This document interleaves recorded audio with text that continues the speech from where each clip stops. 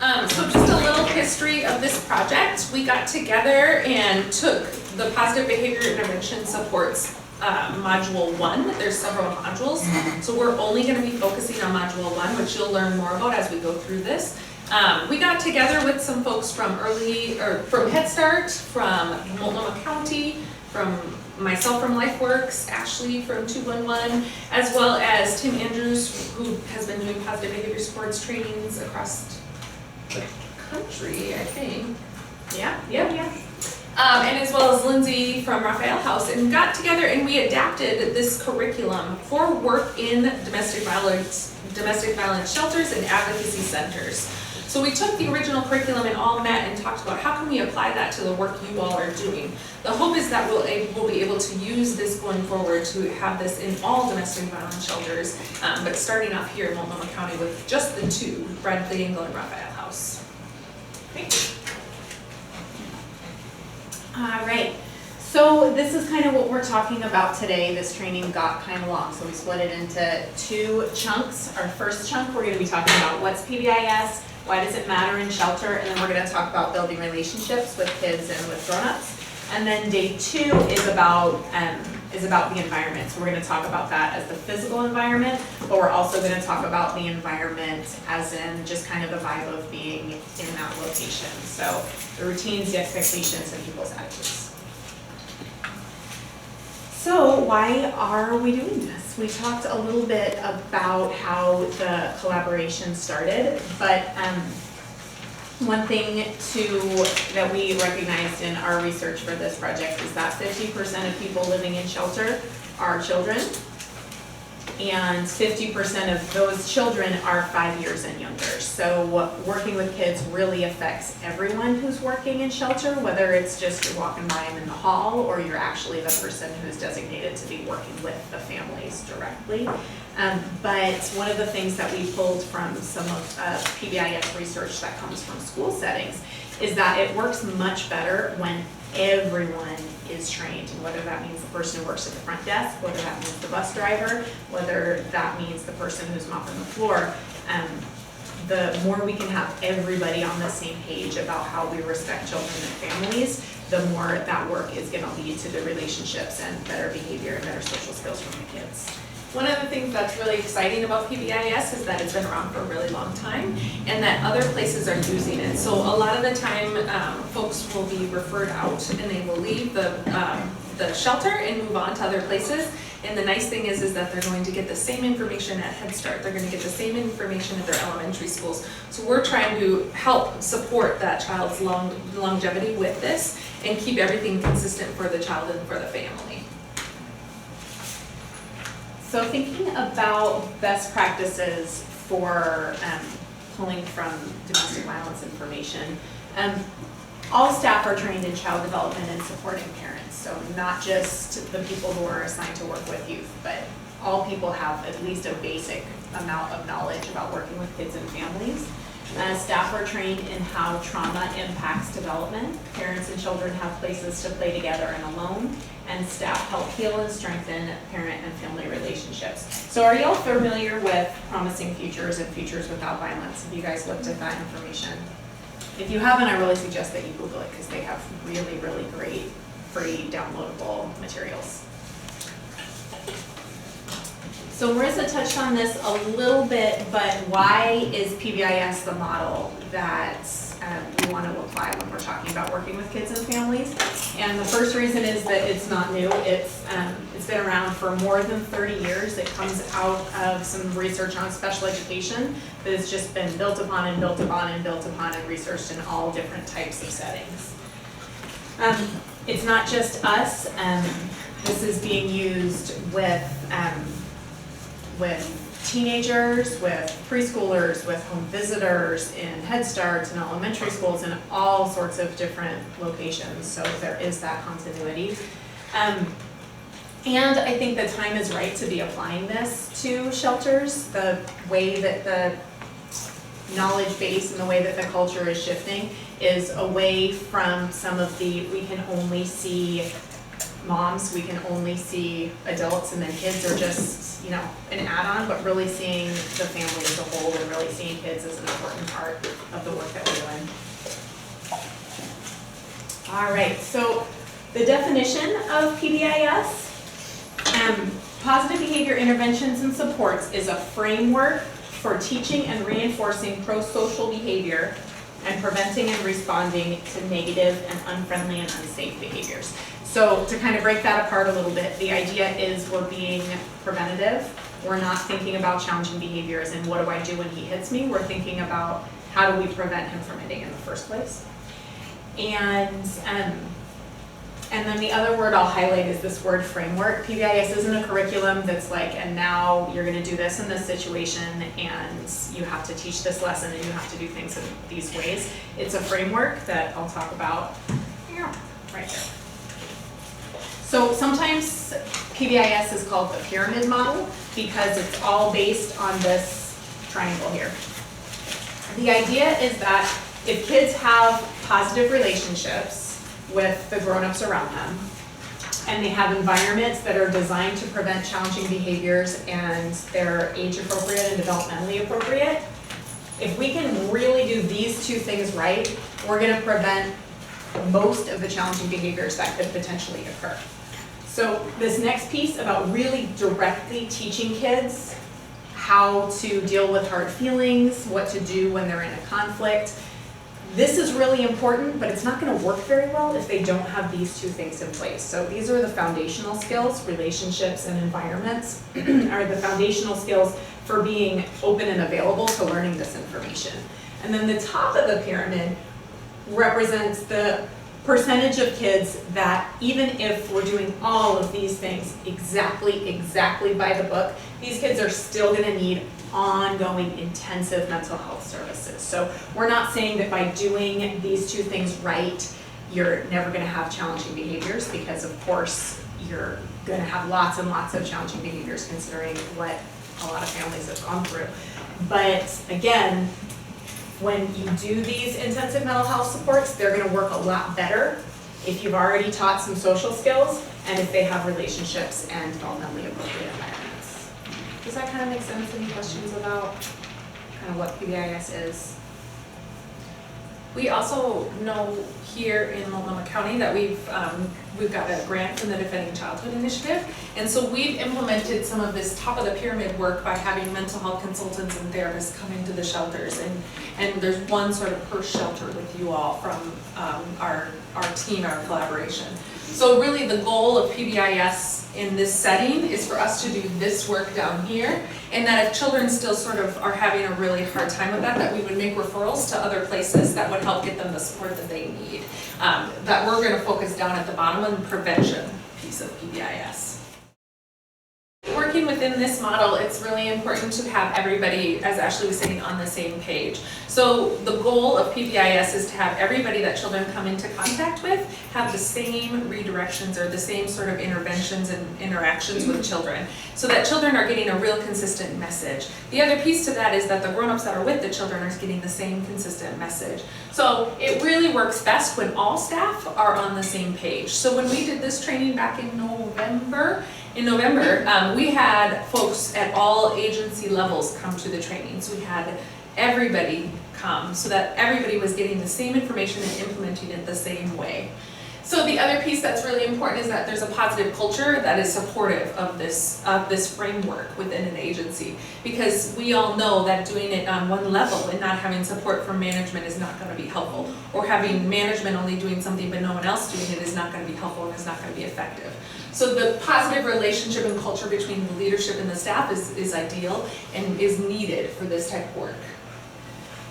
We want staff to be supported, to be able to take some risks in this, because it is different than maybe what people are traditionally used to doing. Some of us are really familiar and are comfortable working with young children. Some of us are not. We want people to be supported in their work and to be supported in taking a risk and doing some of the interventions.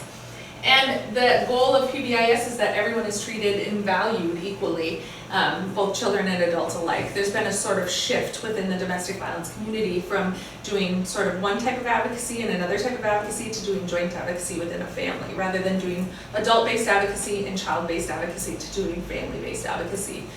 Because it is really tricky to have all those different people working at the same time. And that one of the biggest highlights in supports of PBIS is that culture is seen as a strength of the family and is utilized within as such. And we're going to go through that a lot more within the slides today. One of the examples that I just thought of that somebody shared at the last training about staff being on the same page that I think really highlights what we're talking about with PBIS is somebody brought up that there was a staff area, or maybe a grown-up area that they did some intake work. I don't remember what the area was, but kids weren't allowed in there. And many staff were holding up that rule. And then some staff either didn't know or thought, well, you know, it's just for a few minutes and they've got nothing else to do. And some staff were letting kids in that area. And so every time a kid wanted to come in that area, they didn't know whether they were allowed or not. And so it made it really frustrating for them anytime someone thinking they were doing the right thing said, no, you can't come in here. It was really, really hard on the kids who the last person had let them in. So that's just pulling us back to, we've got to all get on the same page about what the expectations are and how we're going to handle some of these behavior things, because it doesn't just affect the person assigned to be working with that child. All right, so our objectives for the day are that we're hoping that by the end of this training, you'll be able to describe the relationship between development and behavior. Describe how exposure to violence affects development and behavior. Describe how behavior serves a function.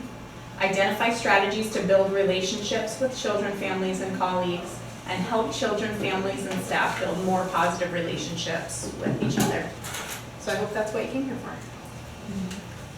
for. So we always like to start off by thinking about what we call hot buttons. So what are some behaviors within yourself that push your buttons? So I always think about my own hot buttons, and one of my hot buttons is when children spit at me. And within domestic violence, we know obviously that a lot of grown-ups use spitting as a form of degrading the other person in that relationship. So a lot of the children that I work with often mimic that behavior and will use spitting. And typically speaking, the survivor isn't as excited to see spitting and tend to get reactive with that. And I do too. I don't know what it is about it, but I don't like spitting. So how do these behaviors make me feel? I often feel gross. I often feel disrespected. I often feel like, really? That's not, I mean, there's so many other things you could do to let me know that you're not happy. So I feel frustrated. The list kind of goes on and on and on. And how does it impact my relationship with a child and his or her family? I can tell you I'm not usually as close to children when they spit on me. I usually put a little bit more physical space between us. I also may inherently just provide some emotional space between us as well, because I don't want to feel disrespected, and I don't want to feel gross, and I don't want to feel yucky. And so I might actually internally push myself a little bit further away from a child if they've done that as well.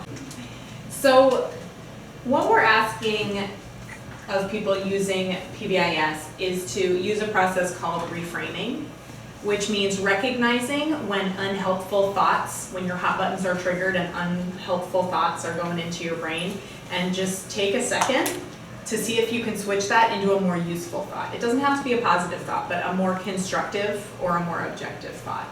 So here's an example. An upsetting thought: he is so wild, he needs medication. It's putting judgment, it's putting, I know how to solve this problem, and so it's probably not helpful. So a more calming thought might be, he's having a hard time adjusting to shelter and feeling safe. I can help him take calming breaths. So it's not, I know every single thing to fix it, but it is one thing you can do in this moment that is, if nothing else, modeling a skill of anger management. Deep breaths. So it's not fixing everything, but if the thought running through your head the whole time is, I wish that mom did what that doctor said about medication, I wish medication, but if that's the broken record in your head, then you're more likely when that hot button gets triggered, you're more likely to handle that in an emotional way as opposed to in a thinking way. So there are a couple more examples. Upsetting thought, these kids never listen to me, where's their mom? More calming thought, I can support this child by making my expectations clear. So another strategy for reframing is instead of focusing on their stuff, focus on, well, what can I do about it? And I like this too because it's not, I am not good at my job. I am not doing anything right. This is, right now in this moment, I can support this child by doing this. It's not, I should have, or I could have, or if I only. It's really focusing on what can I do right now moving forward. So it's really important that we don't take reframing and make it about ourselves being inadequate. It's just about shifting our thought process to helping us to be more, move forward in a different way. All right, this mom can't supervise her child. And then the calming thought is, mom is really stressed right now. I can help her find activities that she can do with her child. So it's having an empathetic moment and then thinking, what's one teeny tiny thing I can do right now? So now we're going to talk for a minute about how culture plays a role in our expectations for children. And so this was a study where a number of parents who identified as either Caucasian, Puerto Rican, or Filipino were asked the question, when would you expect a child to be able to do these things? So when would you, I'll just do meaning. When would you expect for a child to be off the breast or off the bottle using a cup? And from the groups who identified as Caucasian, they were expecting 16, 17 months, that to be the time that we should really be moving on. But with folks from these other cultures, the average number of months was way, way, way higher. And the reason that's important to think about when we're supporting parents is they might be trying to make decisions about their parenting that are supported by all the people around them, that are supported by the other parents they know and respect. And then somebody comes in who's from a different culture, who's been brought up to expect something different. And I think even though I think this is something that we know, it's really interesting to just see it laid out, how many huge differences there are. Sleeping all night, that's another interesting one because, and I would even say that a lot of the majority culture expects kids to be sleeping through the night at like 3 months. Mm-hmm. And if you're going into, let's say, a family that believes that 32 or 33 months, so almost 3 years old, is when we would expect a kid to be sleeping through the night. If you're saying, hey, how can I support you in making sure your 4-month-old is sleeping all the way through the night, they might be thinking, like, nothing you were saying is interesting to me. And that could be a barrier in future communication. So I have a nephew who is, my brother is white and my sister-in-law is Asian. She and I were having a conversation, and my nephew is a very excited young boy, and he does a lot of fighting and hitting, and he says, I just spent a week with him, he says things like back off and go away when he's really mad. So my reactions to that were all through a mental health lens. I was like, oh, well, he was born prematurely and he had this going on and he's got sensory issues. And my sister-in-law was like, I think it's because he's a Year of the Dragon baby. Mm-hmm. And Year of the Dragon babies are just like that. Mm-hmm. And so I was like, oh wow, everything I've said so far, you don't care. Like that, it just doesn't, she's like, that's not my perspective, that's not my family's perspective, you've gone to a place over here and I'm here. And it's just so interesting because had I not had that conversation with her, I would have never known that that is her perspective and her understanding of why the behaviors he's doing make sense to her versus why they make sense to me. They make sense to me not because he's a Year of the Dragon baby. That has nothing to do with my understanding of it at all. My understanding of it is very different than hers. But now we're on the same page. Like I can talk to her in a different way of like, so what do you do with a child who's the Year of the Dragon baby? How do you help children like that? To not bite and to not hit and to not, to do all these other things. And she does the same with me. So he's premature, so what does that mean? How do I help him with those kind of things? So it was a really interesting conversation that had I not had this perspective, I think I probably would have dismissed her in a little bit more of a way, and she would have definitely dismissed me in a different way. All right, so taking a second to think about what typical development looks like. And one of the things that we know about child development is when parents know what to expect of a child's behavior, they're less likely to take that behavior personally. A parent who's been around a lot of 2-year-olds and know that it's a part of a 2-year-old's brain chemistry, it's a part of their work developing into a full-grown human, that they need to give a lot of pushback. They need to test their boundaries, and that's what's going on for them, regardless of what their parenting situation is. But when parents or caregivers don't know what to expect of a 2-year-old, they're very likely to take that behavior personally as either I'm the worst parent in the world, I can't get this 2-year-old to do anything, or that 2-year-old is doing it just to get me. They know that I'm doing this, so they're trying to sabotage me getting out the door on time. So it is a risk factor for child abuse when parents don't understand typical development.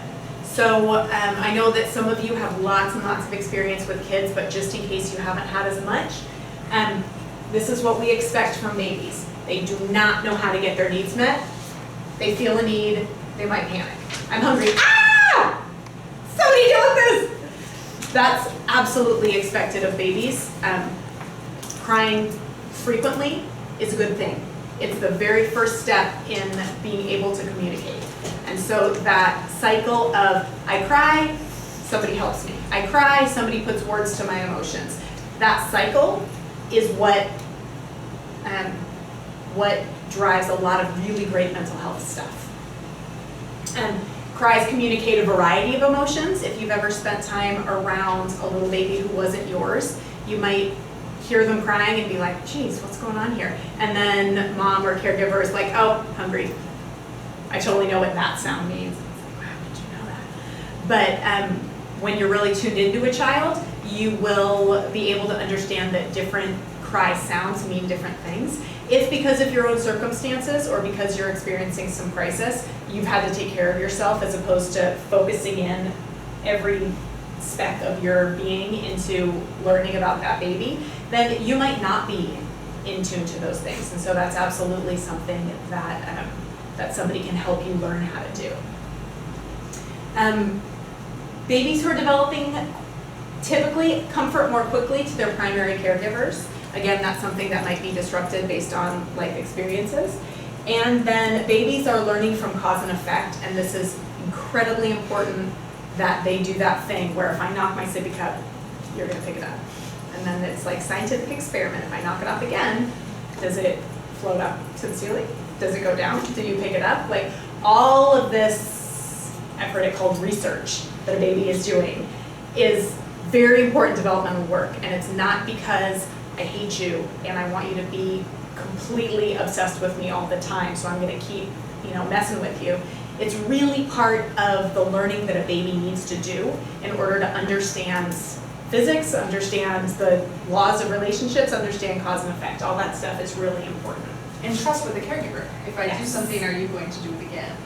The other thing that I often think about, when I first started working, I was a preschool teacher for many, many years. When I first started working with children who had been exposed to trauma, I used to think that I was a rock star because children would really naturally gravitate towards me, sit on my lap within minutes of meeting me, and I would just think, it's because I am so good at this work that they just know that about me, and they feel one with me. And the reality is that children who have been exposed to trauma and who have an insecure-based attachment often are comforted by non-primary caregivers, and that's actually a scary thing. So it's important for me to know that about development and how trauma impacts development so that I'm able to then cue off in my brain, oh boy, this relationship might need some work, rather than, oh, this is awesome because this kid comes immediately right to me and look at how great I am at this job. So I think having the understanding of development is really, really important for us to understand what a child is doing in the context in which they're doing it. And a way that you, if you're not someone who works with kids in your regular job, a way that you can support healthy attachment, even if you're not going to work with that kid much, is if a 2-year-old has never met you before and tries to climb up on your lap and hug you and kiss you, then instead of saying, oh, sweet little guy, let me love you, you can start teaching that child healthy boundaries by saying something like, I don't know you, want to shake hands? Or, I don't want to share my body with you because I don't know you. You can high five me. But by beginning to set some appropriate boundaries of once we know each other, I'm going to ask if I can give you a hug. But if we don't know each other, I'm not going to give you snuggles.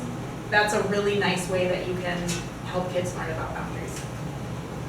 So toddlers, I have one at home.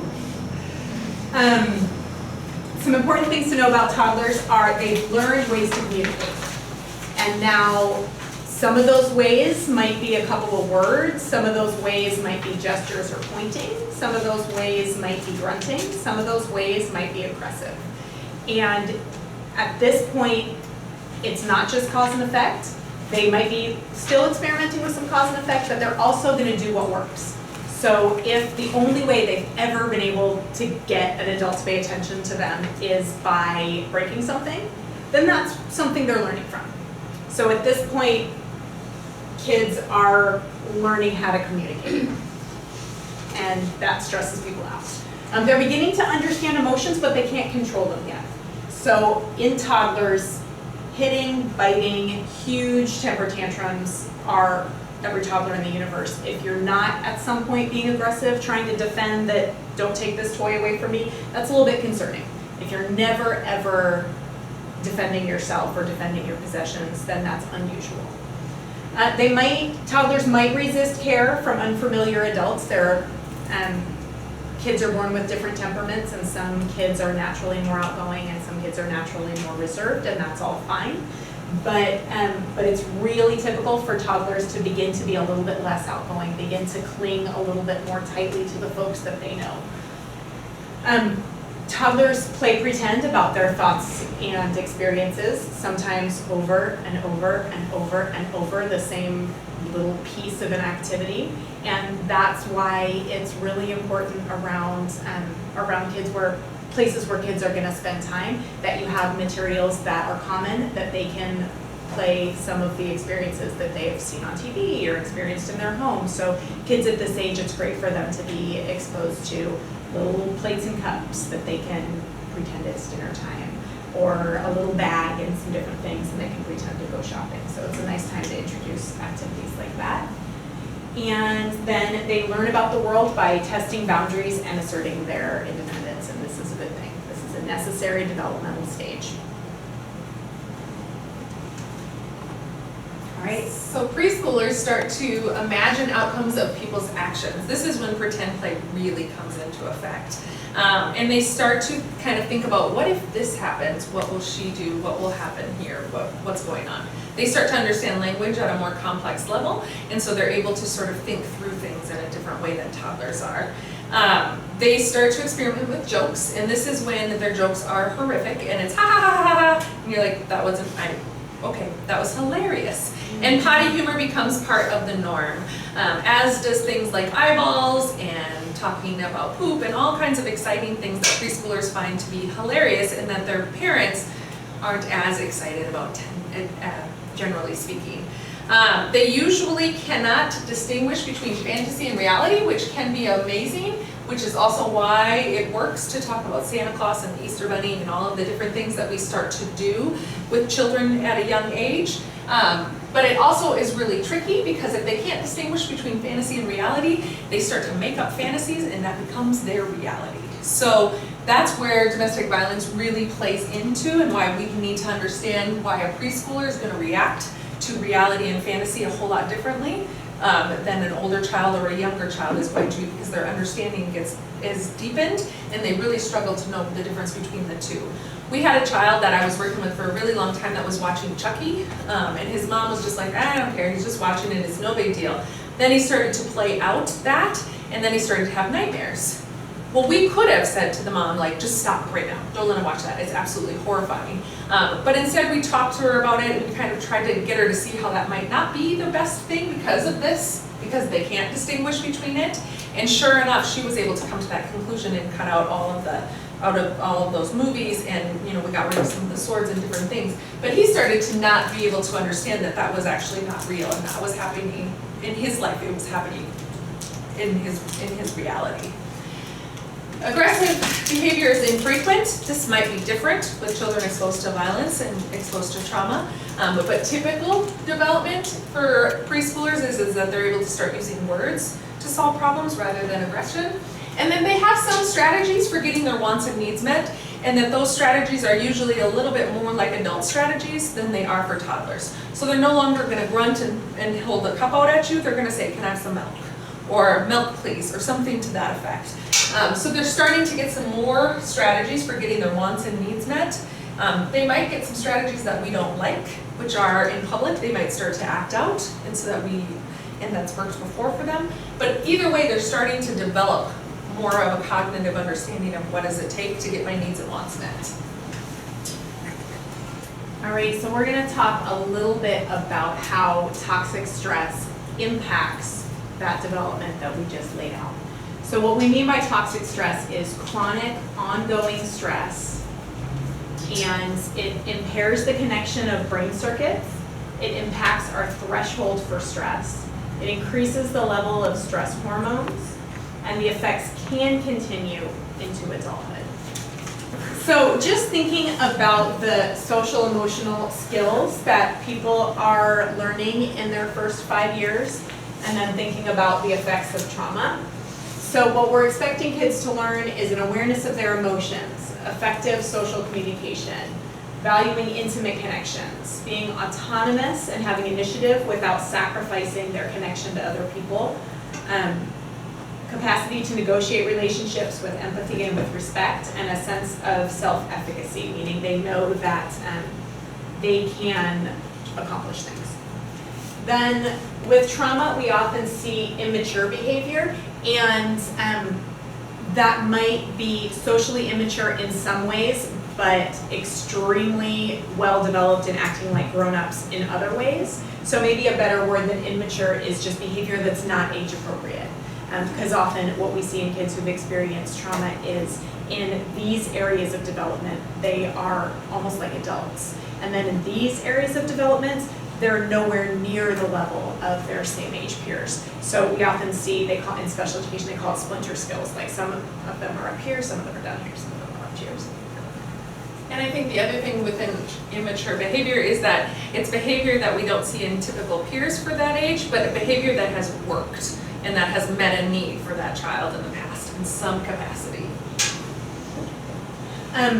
So one thing that we know about your brain's ability to problem solve, and we'll talk a little bit more about brain development in a minute, but what we know is that when your emotions are really high, it's difficult to problem solve. And if your emotions are always really high because you've experienced chronic trauma or because being reactive has kept you safe in the past, then you're gonna have much more trouble with problem solving.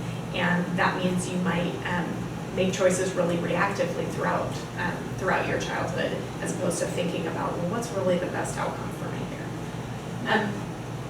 Often kids have low self-esteem and low self-efficacy, and often kids feel shame and guilt. Now, everybody experiences their own lives differently, and so it's not to say that everyone who experienced trauma in childhood is going to feel these feelings in childhood, but those are common things that people experience. So with the self-efficacy, we'll see children who, a typical peer will be able to persevere and try new things and try new skills over and over again. A child who's experienced trauma would very likely give up after one time and have a low frustration tolerance for not being able to complete a task that he or she thinks that they should be able to. So I see children that when they're doing a puzzle, their peers are able to complete the puzzle or work through trying to complete the puzzle. Children who have been exposed to trauma will often just give up and move on to something else because they have lower self-efficacy, they don't believe that they can do it based off of the trauma that they've experienced. So it's really important for us to know that so that we can sit with that child and help them to build that and to help them build their frustration tolerance, help them build that capacity to believe that they can do these difficult tasks. So that really impacts their ability to be in academic settings and struggle through that puzzle or struggle through that math problem. But it's also true for their relationship conflicts. So a child with low self-efficacy might see another peer who has a toy that they want and think that they are not gonna have the skills to be able to talk it out. That's not gonna go well for them, so they just jump right to, well, I'm either gonna give up and never get that toy, or jump right to, I'm gonna punch him and then I'm gonna get that toy. So your ability to tolerate a little bit of discomfort, a little bit of frustration, but stick with solving the problem at hand is really important in relationships and in academics. All right, so when kids don't have the skills that we've been describing, when they don't have those typical skills, what does that do to their development as teens and as adults? So when children don't have these skills, they often exhibit challenging behaviors, which are usually not helpful in them then creating peer groups or creating social and academic success at schools. So one of the things that we can do is we can help them by learning how to do those skills. I often think about this little boy that I know that had a lot of trauma history and became very victimized at school, was being bullied, and he tried to buy friendships, and that's one of the ways that he developed his skill set around that. So one of my main goals with him was to help him to figure out other ways that he could meet those needs by having a peer group, having friends, without the sort of non-adaptive ways. And this line feels really obvious. We have to focus on helping them learn social skills, but I have built a career around people not knowing this idea. In general, a lot of people's first thought when kids don't have social skills is, well, we need to deal with that. We need to punish them. If you're doing this, you can't play with that anymore. If you're doing this, you're gonna go sit in timeout. And their whole focus on teaching social skills is punitive, which completely forgets the roots of these issues, is that they don't have X social skill. So it might seem really obvious that positive behavior support is about teaching social skills, but it's more than that. It's about taking the whole shift of your work with children away from figuring out how do we deal with challenging behaviors and move towards how do we teach them the social skills that they need so they can have healthy relationships and not even need those challenging behaviors. Those things won't even come up because we're supporting them in getting their own needs met. So this is one of our favorite quotes because it talks just about that. It says, if a child doesn't know how to read, we teach. If a child doesn't know how to swim, we teach. If a child doesn't know how to multiply, we teach. If a child doesn't know how to drive, we teach. If a child doesn't know how to behave, we teach, punish. Why can't we finish that last sentence as automatically as we do the others? All right, so the best example I have ever heard of this process is thinking about behavior in the same way that we would teach an academic skill. So let's pretend that you have no idea what color this pen is. And I say, what color is this pen? And you say, I don't know. And I say, you're gonna need to spend some time in timeout. And I very politely, very lovingly help you away from the pen, give you a minute to sit down, and you're nice and calm. I bring you back and I say, what color is this pen now that I've helped you? And you still don't know. And what I observe really, really frequently, not just with parents, but also with professionals who are really, really good at working with kids in lots and lots of ways, they still see challenging behaviors. They take kids out of the situation, they help them calm down, but they never taught the skill that the kid was missing in the beginning that caused the challenging behavior. So I love that metaphor of thinking about what if I was trying to teach you what color this pen is, or maybe this crayon is a better metaphor. Because, oh gosh, just push the buttons. I love that metaphor of thinking about challenging behavior as a skill they haven't learned yet, because that can help us reframe these, he's punching everybody in sight, into this sweet 3-year-old hasn't learned how to communicate this thing. I can teach how to communicate this thing. So, I'm going to use a couple different metaphors to think about brain development. And the first one is the structure of building a house. Brain development is like constructing a building. You can always remodel, you can always add on, but it's really hard to do that without a strong foundation. And it doesn't mean that you can't fix a foundation. It doesn't mean that you can't add strength to a foundation that has some cracks in it. But it's very expensive and it's very time consuming to deal with issues in the foundation. Whereas if you have a strong foundation, and in this case we're talking about a healthy attached relationship, if you have that foundation, it's a lot easier to quickly learn new skills, to add on rooms, to add whatever you want. So thinking about a house, the bottom of the house, the foundation of the house, is your brainstem and your midbrain. So that's this stuff, the base of our brain, the same parts of your brain that we share with animals that we think of as less further along intellectually than we are. And this part of your brain regulates your emotions, and it regulates all of the stuff that happens without you thinking about it. So your heartbeat, your lungs breathing in and out. We're not consciously thinking, and now heartbeat. It's just stuff that our body's taking care of, our brain is taking care of without us having to be consciously aware of it. So these higher levels of our brain, the stuff that's up here and in the front, these are the parts that are able to regulate those emotions. So we feel emotions, our body has emotions deep in here, and then understanding what to do with that stuff happens in the front of your brain and is built on good stuff down here. So another way to think about this is thinking about from low complexity up to high complexity. This is happening in the same foundational way. Body temperature, ability to sleep and when you want to, being emotionally reactive, sexuality, attachments, affiliation and relationships with other people. Thinking like what we think of as thinking, like I'm going to sit here and reflect on that for a minute. And then thinking abstractly about things that aren't in the here and now. So another way to visualize this, as opposed to thinking about a foundation, a way that I've used in parenting classes before, is to think about your hand as a replication of your brain. Have you done this before? Yes. So I'll do it because the camera's on, but you'll play along with me, right? Okay, so make a fist and imagine that this represents your brain. Okay. Oh yeah, I was going to turn the volume on. Okay, so we're going to think of down here as your brainstem, and in here as your midbrain. So in here are all of the things that, these are our emotions, raw and unfiltered. So now up here, this part that curves over the inside of your brain, this is the part that thinks about thinking. This is the part that can predict the future. And say, okay, if I do this, you're going to do that, and that's not going to work out well for me, so I'm going to do this. These are the parts of your brain that interpret language. So if I am really, really, really angry, you might say that I flipped my lid.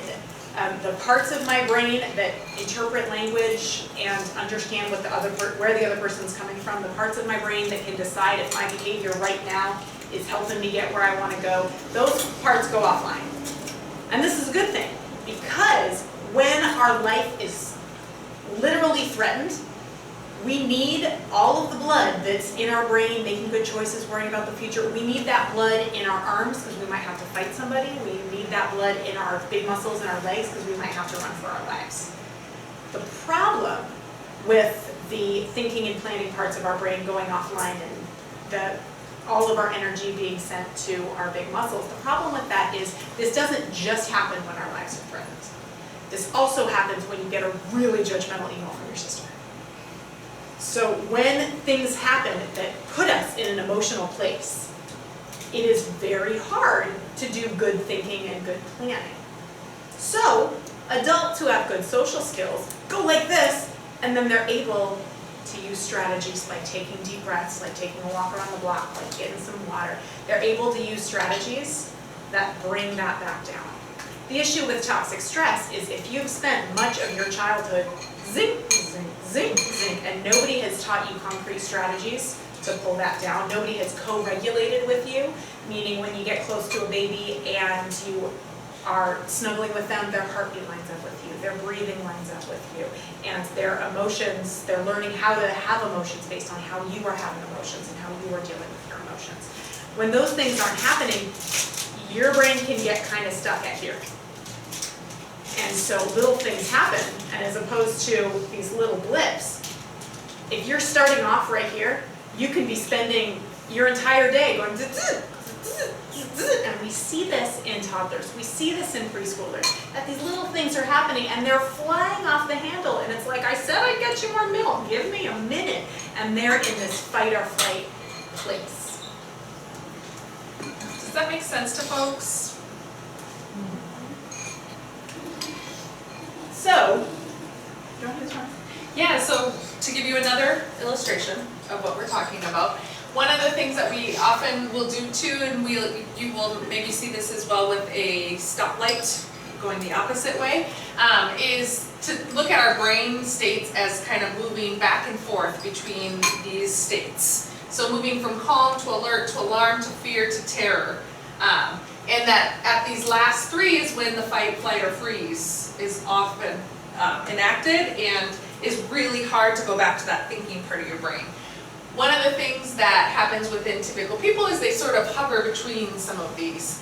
When children or parents or grown-ups have been exposed to trauma, is they tend to go all the way through or just end up in the higher end of things. So they're never going back down. So they're either sort of flipping through and constantly rotating, or they're just on the higher end and never coming all the way down to calm and alert.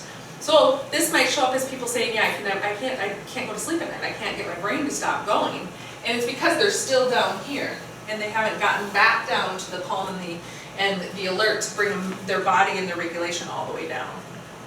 And again, it's not a hierarchy of good to bad. It's not that healthy people live here and unhealthy people live here.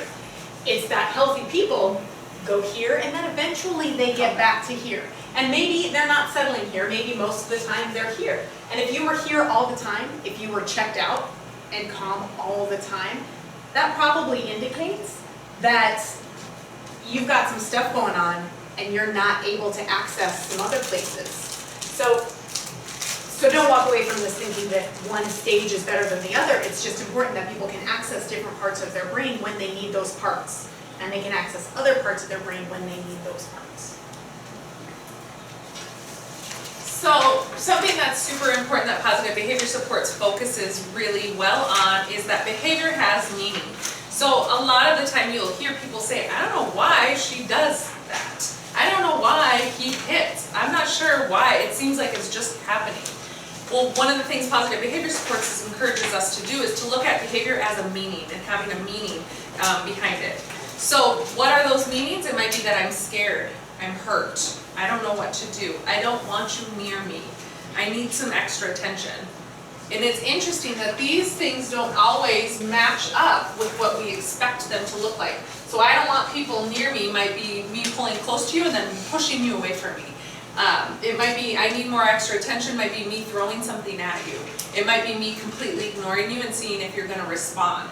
But all behavior, according to positive behavior supports, has meaning and there's something going on there. It's not just random.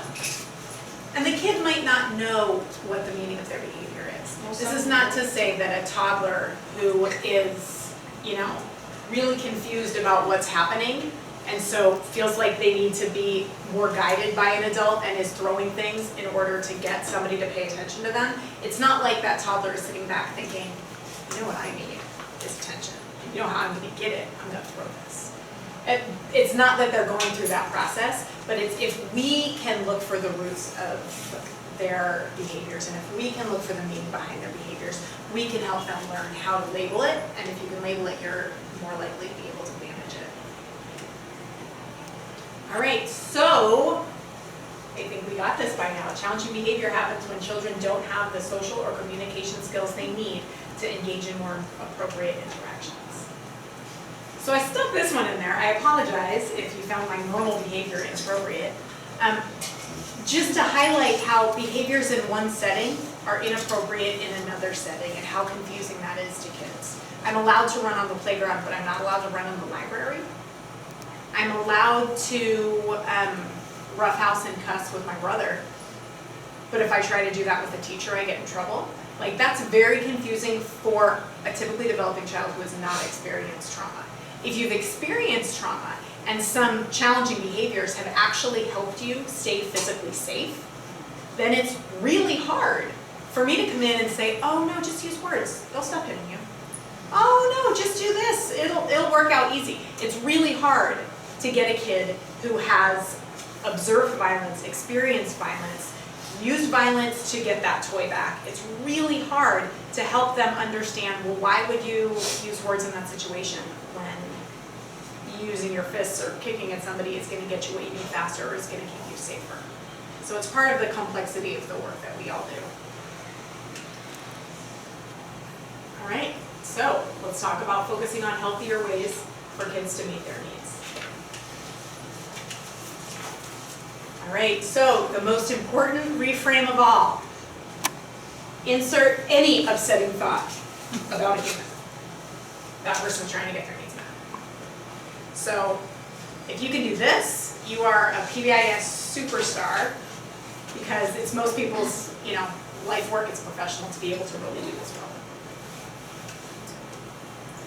So one of the things that makes this unique to this work that you are doing is that we are trying to create an environment where every child feels safe and supported. So typically speaking, we're focused so heavily on making sure that most people are doing well, and in this work we're going to focus on every single child, every single person's experience is going to be supported. We want to make sure that they are feeling safe and supported by all the grown-ups, which is really, really tricky given the fact that their grown-ups haven't had safe interactions in the past. And we really want to work on promoting an environment that talks about engagement and safety for children. So family engagement is going to look different at shelter than it is going to look in different places, and so we're going to talk a little bit more specifically about why that is different there, and what happens when families have experienced trauma, and what does that mean for their engagement at moments. And what does it mean when we're with them for longer than an hour, or for longer than a couple hours, and seeing them in a place that they are living in. And we're going to support children to get their needs met in appropriate ways, and help them to learn different ways than the strategies that they may have had in the past that have worked in the past. So let's practice. All right, so this is in its very, very most basic form what a behavior plan looks like. So think of a challenging behavior that you see in your work. So what challenging behaviors do you see? Now write down some guesses at why they might do it. Is there a need they might be trying to meet? Are they trying to get something or avoid something? These are just guesses because we're not inside the kid's brain, and that's not your responsibility to be in their brain and know exactly why, what motivated what. But take a couple of guesses about what need they might be trying to meet or what they might be trying to get or avoid. What skills can be used in place of those behaviors to reach the same goal? So I'll give you an example. So let's say that a couple of siblings are fighting over a red truck. It's the only cool fire truck you have. Maybe in the future you need to invest in a second fire truck, but for right now there's one fire truck and both kids want it. So one kid who was playing with it first, legitimately maybe should have it, that kid was playing with it first, and another kid comes in that child's proximity, and the kid with the truck is like, oh no, you're not taking this truck. Hits that kid, and that kid goes away. So why might they be doing that hitting?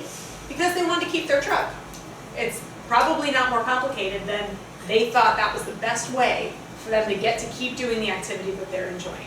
So what skills can kids use in place of these behaviors? Now a really frequent response to that is to tell the kid no hitting, maybe put him in timeout, maybe take the truck away from him, and that's that. But a more productive way to do that is to teach him how to say, I'm playing with this. So the kid hit, grown-up comes in, and may or may not say something about, don't hit. Hey, you hit. Hey, bud. What do you need?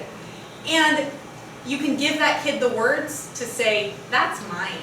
If it's a teeny, teeny guy and you know them well enough to touch their bodies, a little 1.5-year-old or something, you might be able to model for them saying, that's mine. And your little hand could even go on their little hand to help them say mine, and then give them the truck.